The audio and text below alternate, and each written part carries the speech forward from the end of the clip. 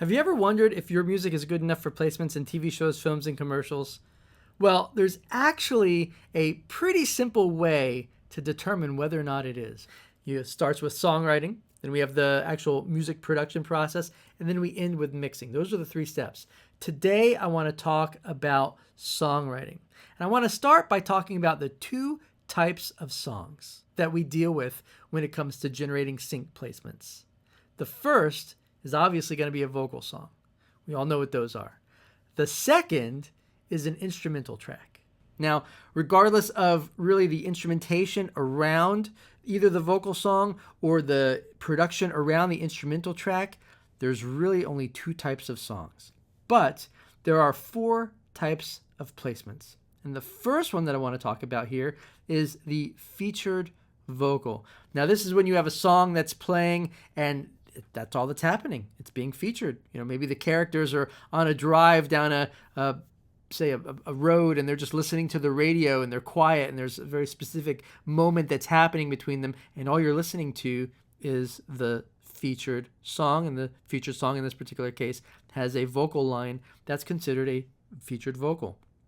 Now, if that same song was just an instrumental track, then it would be considered a featured instrumental placement. All right. But let's say you have two characters who are talking. They're in the car, they're driving, and in the background there's, the radio's playing it, but it's in the background. You don't really focus on it. You're listening to what they're actually saying to each other. But the song that's playing in the background is a vocal song, then that's considered a background vocal placement.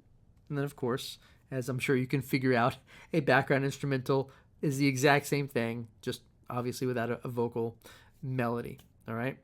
Now, assuming that all things are equal, meaning the duration of the placement and whatnot, vocal placements will generate more in back-end royalties.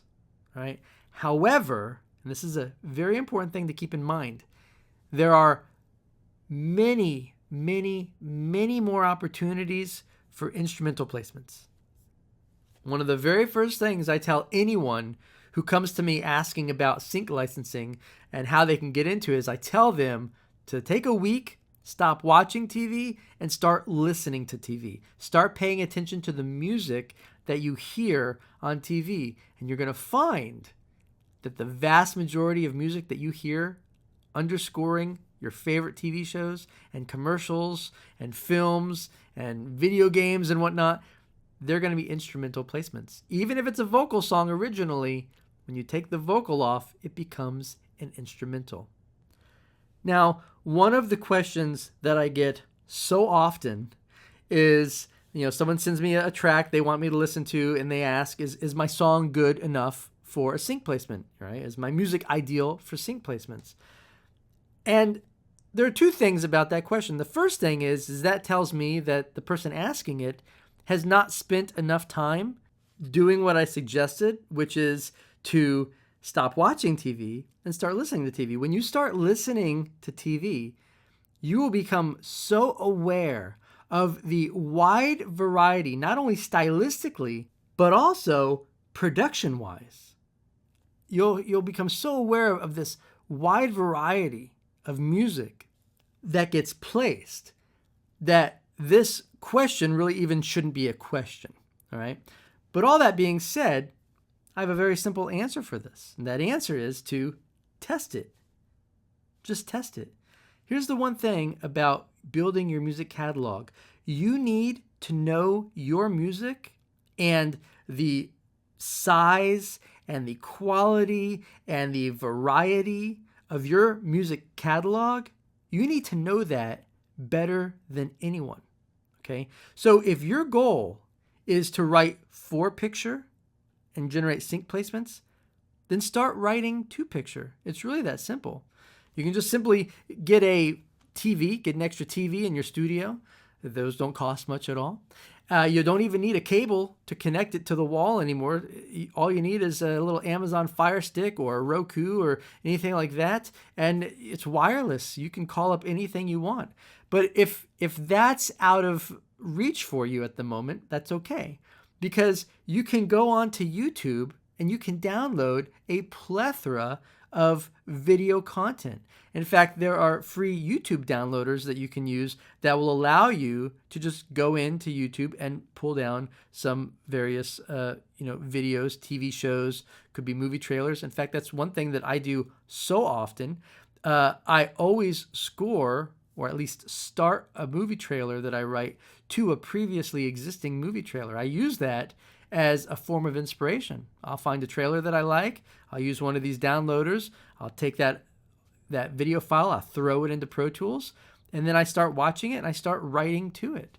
I strip off all the music, obviously, but I start writing my own music to it. Now, I don't write the rest of the track and hit all the little, points and stuff like that in that trailer, but I definitely use that trailer as a source of inspiration for the tempo, stylistically what I'm going for, and whatnot. So this is really important. Another thing that I have in my studio is I have a TV with an Amazon Fire Stick, and it's on all the time. It's on mute, but I can look over at it and I can see just some visuals that are happening, and that can inspire something, right? So if you want to write music to TV or to moving picture, then you should start writing music to moving picture, all right?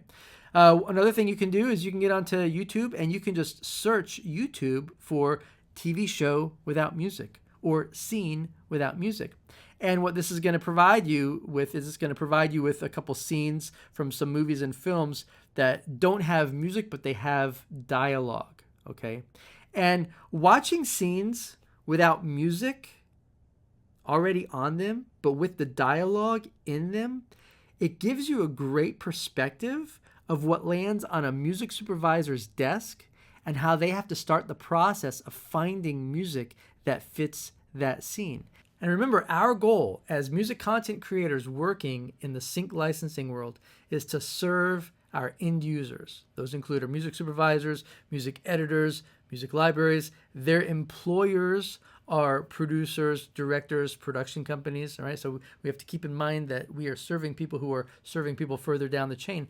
And we want to make their job of searching, auditioning, and licensing our music as easy as possible. When we understand what their job is like, what they get on their desk, which is basically a scene with dialogue and no music, it gives you a better understanding of how to serve them. On top of that, when you've taken the time to write music to picture and actually be influenced by the picture that you're watching, the TV that you're watching, the YouTube video that you've downloaded, whatever it is, and you've created music that matches that action, that emotion, that just helps, that process of creating that music. That's going to help support the role of our end users. Again, those music supervisors, those music editors, right? We're supplying them with music that we already know is going to work. Why? Well, because we've already created it with picture in mind. All right. So I hope this was inspiring for you, and we'll chat with you later. If you're interested in getting your songs into your favorite films, TV shows, commercials, trailers, and video games, you're going to want to check out the free guide below.